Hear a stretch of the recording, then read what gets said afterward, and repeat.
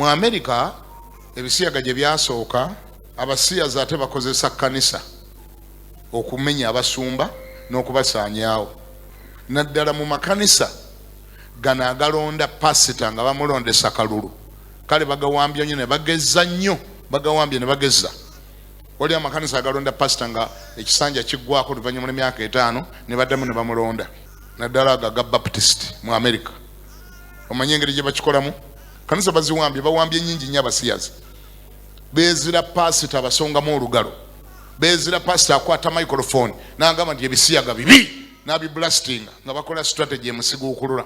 Batya bamanya ne bagamba nti okulonda kw'eyo ekkanisa kwa kubeerawo mwaka gujja.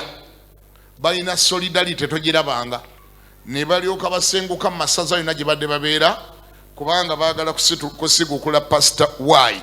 Balina omujja mu kyaki eyo bateekemu owaabwe. Basenguka yonna gye badde babeera ne bajja ne bagumba mu eri essaza oba muogo omuluka ne bagumba omwo ne beeyunga kweyo ekyaki nga ba kyaki memba bagyegattako ne beeregisteringa nga bammemba ne bagibeeramu naye nga babaza ekintu eki babaza kulonda ne bajjira ddala mu bungi nga nego bagenda okulondawo be bamumanyi owaabwe abawagira ne balyoka beebakirira akalulu andi bamaze okwewandisa nga bammemba akalulu ne bakebakirira ne balyoka beegattibwako abalokole abatamanyi kulowooza abakyaki memba abatalowooza mangu bwe baba kuyiga be bakuyiga niyo pastor mugolaba amalako oyo amalako oyo tamalako tugende n'oli oyo tamalako pastor mufunye gwe tuwulira ne byabulira nga tebiriyo oli yasinga okubuulira oyo pastor atenze mulinako n'ebwira kati bakusanga nga naawe obwongo tebukola bulungi ng'okkiriza bye boogera bakukuyiga ne bakunoonyaamu akalulu tukawe gundi tukawe oyo kati ni kyaki yali badde yagenda dda mu maaso eno gy'olaba yali badde yagenda dda mu maaso singa ono yakikwatamu naye ono mufu obwongo bwakona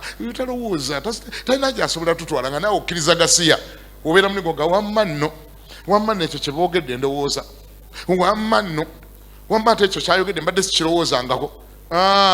Bamala okuyega bulungi akalulu nga katuuka bakozesa mmwe bennyini to vote your pastor out. Mwe bakozesa nga pastor mwe mwekubira akalulu nga muwa omusiyazi nga bo bamukwasa ekyaki nga muganda oluganda good luck ffe tweyongeddeyo tugenze walala. Awo nga basengukawo nga bagenda mu ndala y'ebbombo gye batagetinga gye bagamba nti kati eyoyo tulina omusiguukulula owaawo gye balaga wano nga basenguka nti kiwedde kati eri mu mikono gyabwe nga bagenda walala. Bali kuki ku kakodyo kali keekamu n'ekemiya 11 bali ku kakodyo keekamu tubayingiremu n'okumanya tebalikola batya tebalimanya tubayingire wakati tubatte mpola mpola okutuusa tubalekesaayo omulimu. Era njagala kugamba mu America bawambye amakanisa mayitirivu. Wano tulina mukisa gwa mulundi gumu nti ekkanisa za wano tezikuba kalulu ku pasita naye n'amawanga bagawambye tebawamba kyaki yokka n'amawanga bagatwala basimbawo owaabwe ne bamuyiwamu ssente n'ali akalulu nga waabwe ne bamanya eri eggwanga liwedde gatwagala ddala n'amawanga bagatwala strategy yaabwe ssente baziirina. Ebyo kati mulina okubimanya kubanga mukyali wano ku nsi mutegeere omulabe alwana atya. Eddiini nnyingi zibanafuyiza amakanisa gambye ndi gakyalina omukisa naye ebibiina by'abalokole ebyo byetaaga okusabira.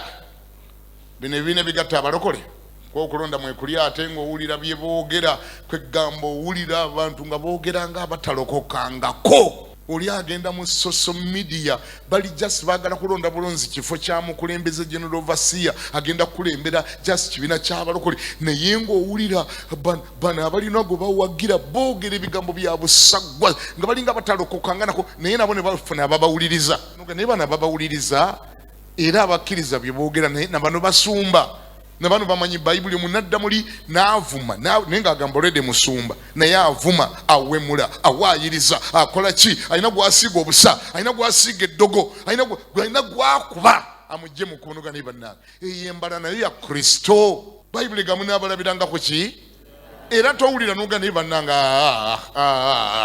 gundi wadde olina gwoyagala naye ate omwagadde bubi wadde olina gwoyagala tulonde naye njogerayo nga si ya kirokole. Oba setaani yabatusindikira mutubuulire abalokole tubeeremu. Omulaba alumbye anaawona oteeka okubanga wasoma bayibuli oteeka okubanga walokoka oteeka okuba nga oyawula emyoyo. Bayibuli ga mwawulenga emyoyo, mulabo bajava eri Katonda, mukemenga emyoyo.